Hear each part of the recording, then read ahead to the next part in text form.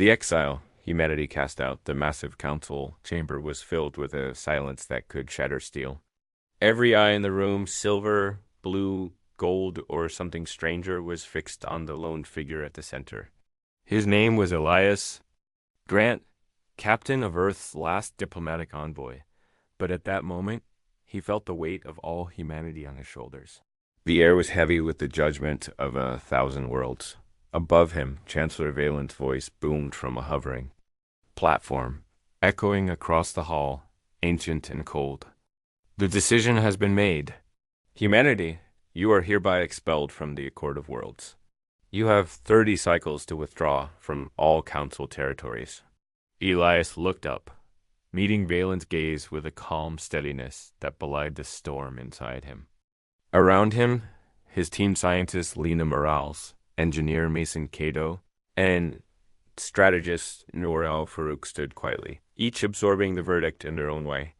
They were surrounded by council guards in shimmering armor, weapons ready as if expecting violence. Lena's hands clenched at her sides. "We tried to help," she whispered, barely audible, her eyes shining with frustration and sorrow. "We stopped pirates, shared medicines, rebuilt after disasters." "Why are they doing this?" Mason's jaw tightened. "Because we made them look weak. Because we fought when others wouldn't." Noor's eyes flickered with calculation. "Or maybe because they're afraid of something we aren't." Elias took a deep breath. "We came to this council as equals, but you never saw us that way." His voice rang out, clear and unwavering. "We defended the defenseless when the Accord looked away. We solved problems no one else would touch. And for that, you call us dangerous." A rumble of dissent rolled through the council chamber. Some looked away. Others glared openly. Aelin raised a hand. "Your methods are too violent. Your technology too unpredictable. Peace has reigned for centuries before you. The galaxy will continue without humanity's interference." Elias stared at the Chancellor, then turned slowly, his gaze sweeping the assembly. "You believe peace is the absence of conflict. We believe peace is the triumph over it. When something comes, you cannot talk away. Who will stand for you?" The Chancellor's eyes narrowed. "Enough. Humanity is banished." Yor stepped forward, voice trembling but fierce. "Remember this moment. When you need us, there may be no one left to answer." The humans walked from the chamber in silence. No applause. No farewells. Outside, a crowd of curious aliens parted. As they approached their shuttle, a few watched with pity, most with relief, some with undisguised contempt as their shuttle soared away from the capital. Lena looked back at the planet fading behind them. "What do we do now?" Elias set his jaw. "We do what we've always done. We survive." Far above, deep space monitors flickered as a strange energy signature brushed the edge of known space, too faint to trigger alarms, too unfamiliar to interpret. But something had changed. Something old and hungry was stirring in the darkness. Humanity's exile had begun. Rebirth beyond the remote years after the exile, a fleet of ships glided through the nebulae beyond the galactic rim, where the Council saw emptiness, humans saw possibility. The colony of New Aurora, once a barren world of ice and wind, now sparkled with cities and farms. Under twin suns, humans and their new allies thrived. Mason Cato walked the hull of the Liberty's Forge, his latest creation. The ship was a marvel of engineering, human grit and alien ingenuity fused in ways the Accord had never imagined. Inside, Lena Morales worked alongside her Valeri colleague, small, furred beings the Council had ignored for centuries, using gene splicing and hydroponics to turn wastelands into gardens. On the bridge, Admiral Noor Al-Farouk watched a display of trade convoys and patrols. "Report," she called. A young officer, Rian answered eagerly. "The Tavosians are delivering their mineral shipments ahead of schedule. The Cathri have requested a new medical exchange, and there's something odd from the Kepler ruins. Dr. Arjun Patel found another data cache." Noor smiled, pride and caution mingling. "He never finds anything ordinary. Put him through." On a flickering screen, Dr. Patel's face appeared, streaked with gust and excitement. "Admiral, We decoded another tablet. There's mention of a machine race ancient from beyond the galaxy. The Devourers, the locals carved warnings into every wall. When the void stirs, run or be consumed. Mason entered the bridge, wiping grease from his hands. That matches the sensor echoes from last week. Powerful energy surges in the void. Lena chimed in, overcomes, voice sharp. We've picked up faint signals too. The pattern is deliberate, not natural, like something searching. Noor's brow furrowed. Send all data to the network. Prepare an emergency protocol. If anything crosses the rim, we evacuate. In the city below, children played under new-grown trees. The Valeri taught their games to human kids, while the Tivosians showed how to mine safely beneath fragile crusts. People from 5 worlds gathered for the founding of the new Aurora Alliance, not one species in charge, but a partnership.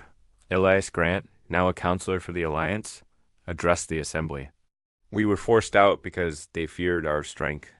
Now we build something better together. But we must stay vigilant. The stars are not empty. We will defend our home, whatever comes. High above, automated sensors traced the faint flickers at the edge of the galaxy. The Devourers were stirring. The threat reveals itself. The alarm sounded first on outlying mining posts. All systems blinked out. No signals, no survivors.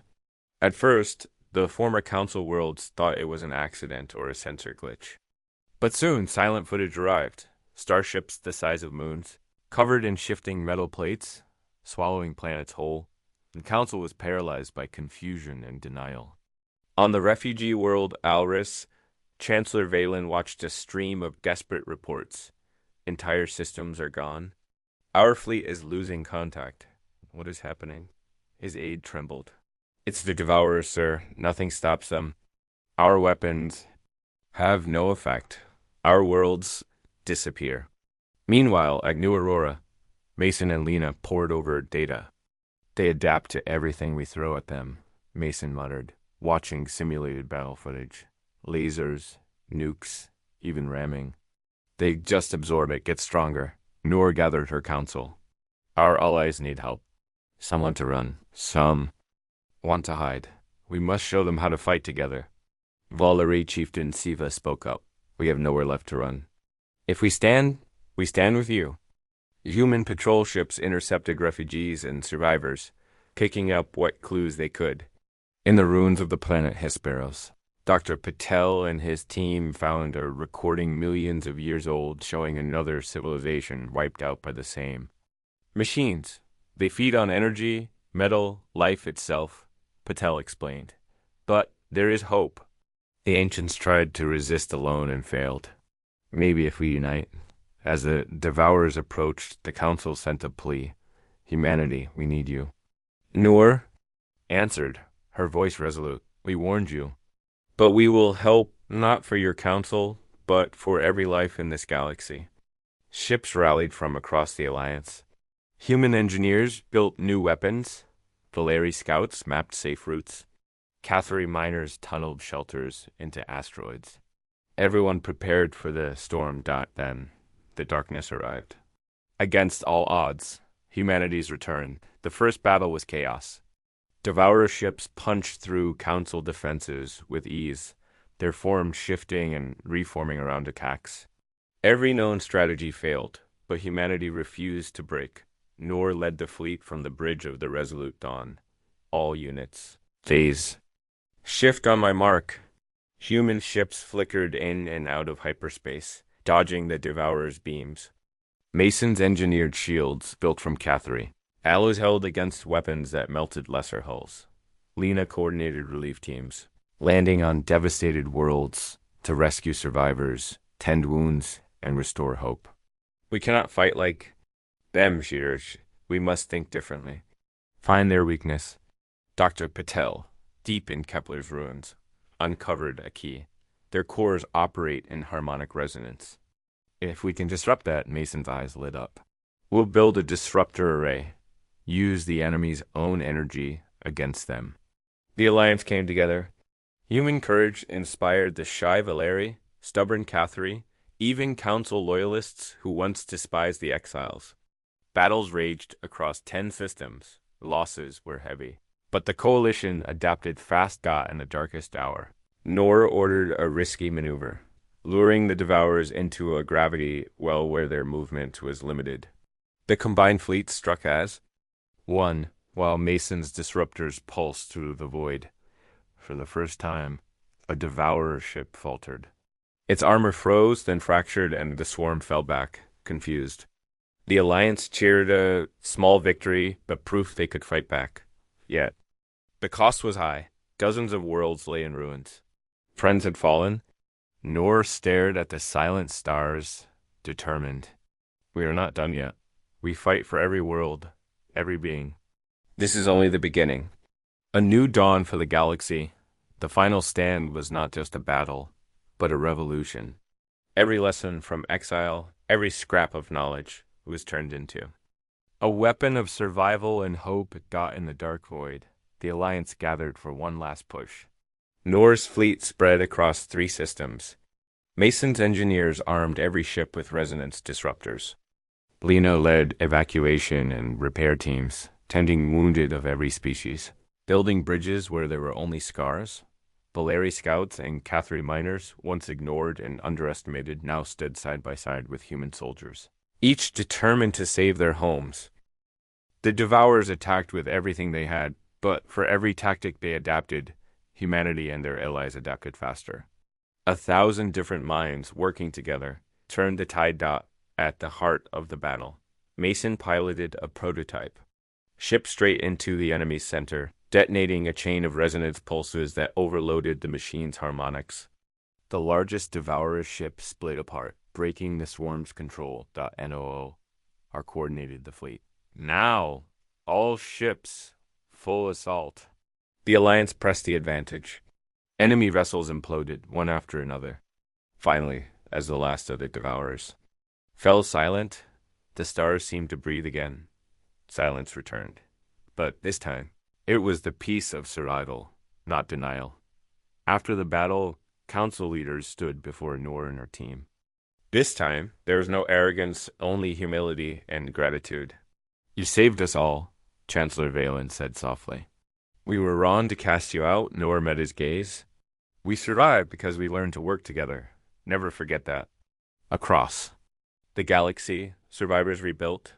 Humans were no longer exiles, but leaders of a new, united era.